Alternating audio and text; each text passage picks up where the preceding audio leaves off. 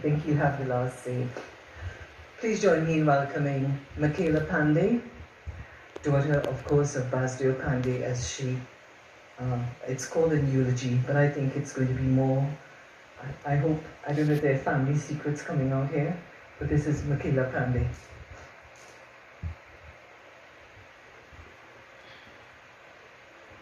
There are no secrets. He said everything.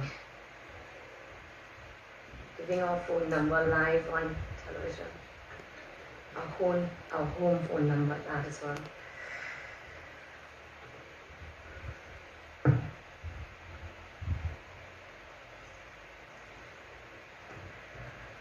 Your Excellency, President Kangaloo, thank you for that most wonderful tribute.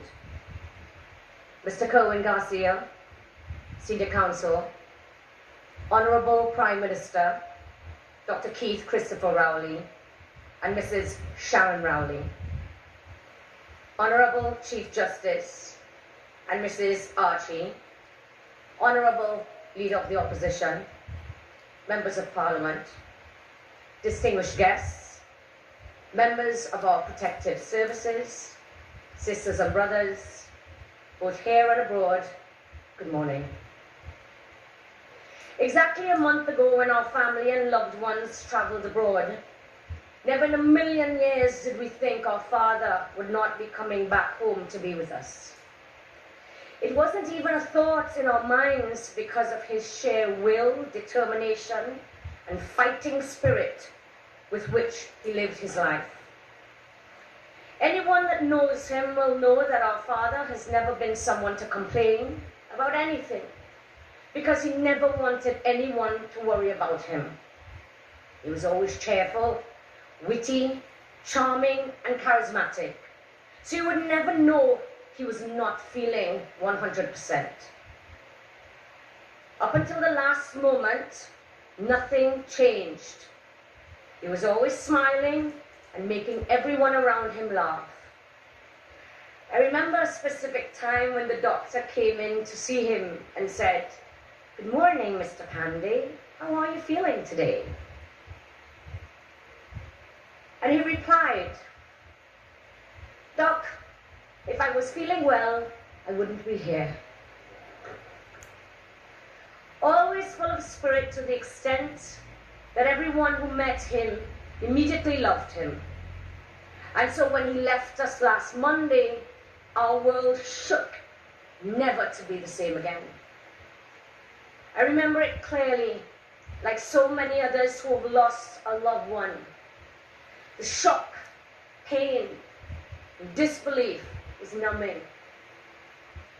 But when you grow up, as my sisters and I have, a sense of duty immediately kicks in.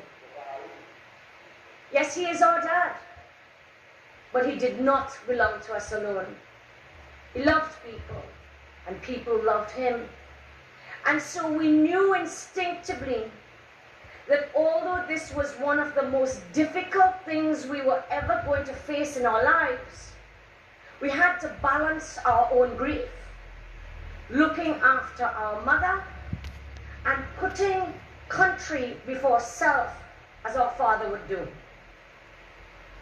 Our father was fearless, honest, strong-willed, disciplined, polite, humble, kind, selfless, hardworking, like no one I have ever known or will ever know. These were the traits that would begin to shine as a young boy into adulthood and eventually define his style of leadership. The arc of his life, from rural poverty to political dominance, is unrivaled.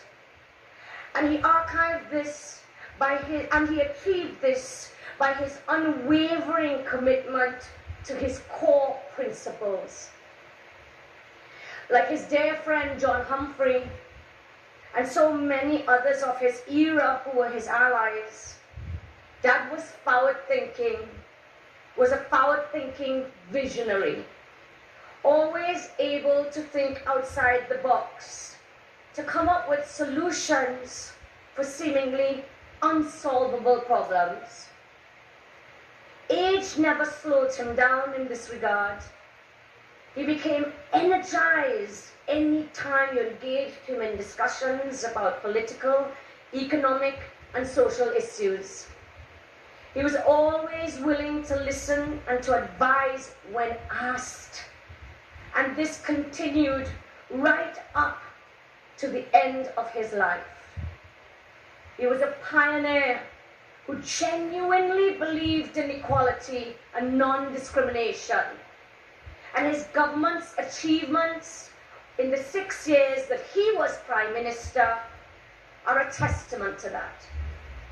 My father's government introduced the Equal Opportunities Act, the Maternity Protection Act, the Freedom of Information Act, and established the Interim Revenue Stabilization Fund, now known as the Heritage and Stabilization Fund. The Dollar for Dollar program built schools and police stations, paved our roads, provided water and housing, paid off our country's debt to the IMF, and kept crime at its lowest this country has ever seen in recent history. Dad never spoke the language of race, publicly or privately. He was equal in his treatment of everyone, in both his public and private lives.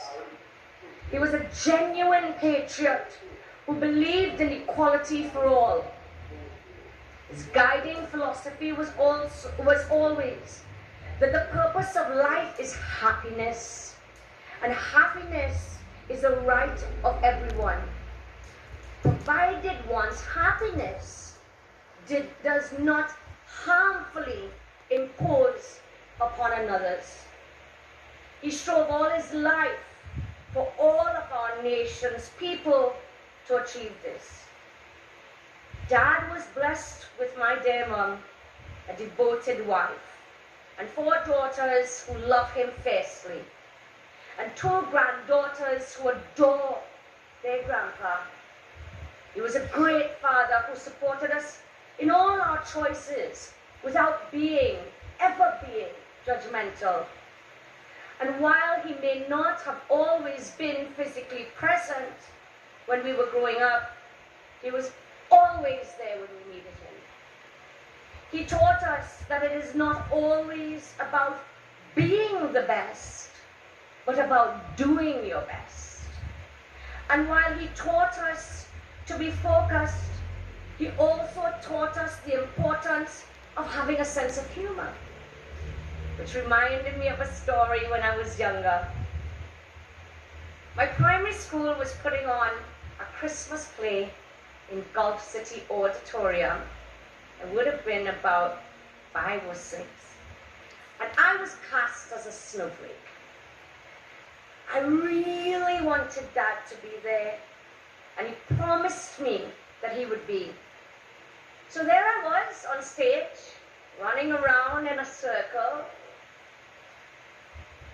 and at the same time trying to look in the audience for Dad when I slipped and fell.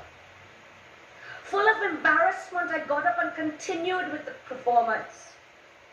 When the play was finished and the lights went on, I was so ecstatic to see Dad and excited to ask him what he thought about this very important dance.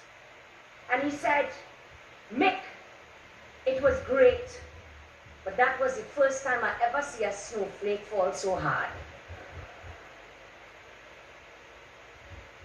We hugged and burst out into laughter. That was our Dad. Always there to make you feel better.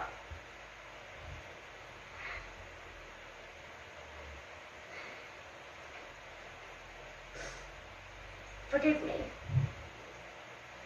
In his own way, yes. On behalf of my mother and sisters, I'd like to thank absolutely everyone for the enormous outpouring of love and kindness that has been shown to us. We truly, truly appreciate it. Thank you for the kind words and personal stories you have shared with us over the last week about our Dad. To all those who took time to visit him at the Red House and Sapa while lying in honor, we thank you. I don't know if I'm going to breach protocol by saying this, but I have to say to Dr. Amory Brown and his team who moved mountains to help bring our dad back home, and absolutely everyone who worked tirelessly to pull together a state funeral of this magnitude in less than a week. We thank you. And of course, thank you to everyone who came here today to bid him farewell. Above all, thank you, God, for gifting my dad to all of us in this beloved Twin Island nation.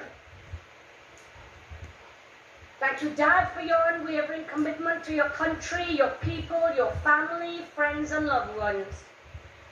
We will miss you dearly, but never ever forget you. Goodbye, Dad.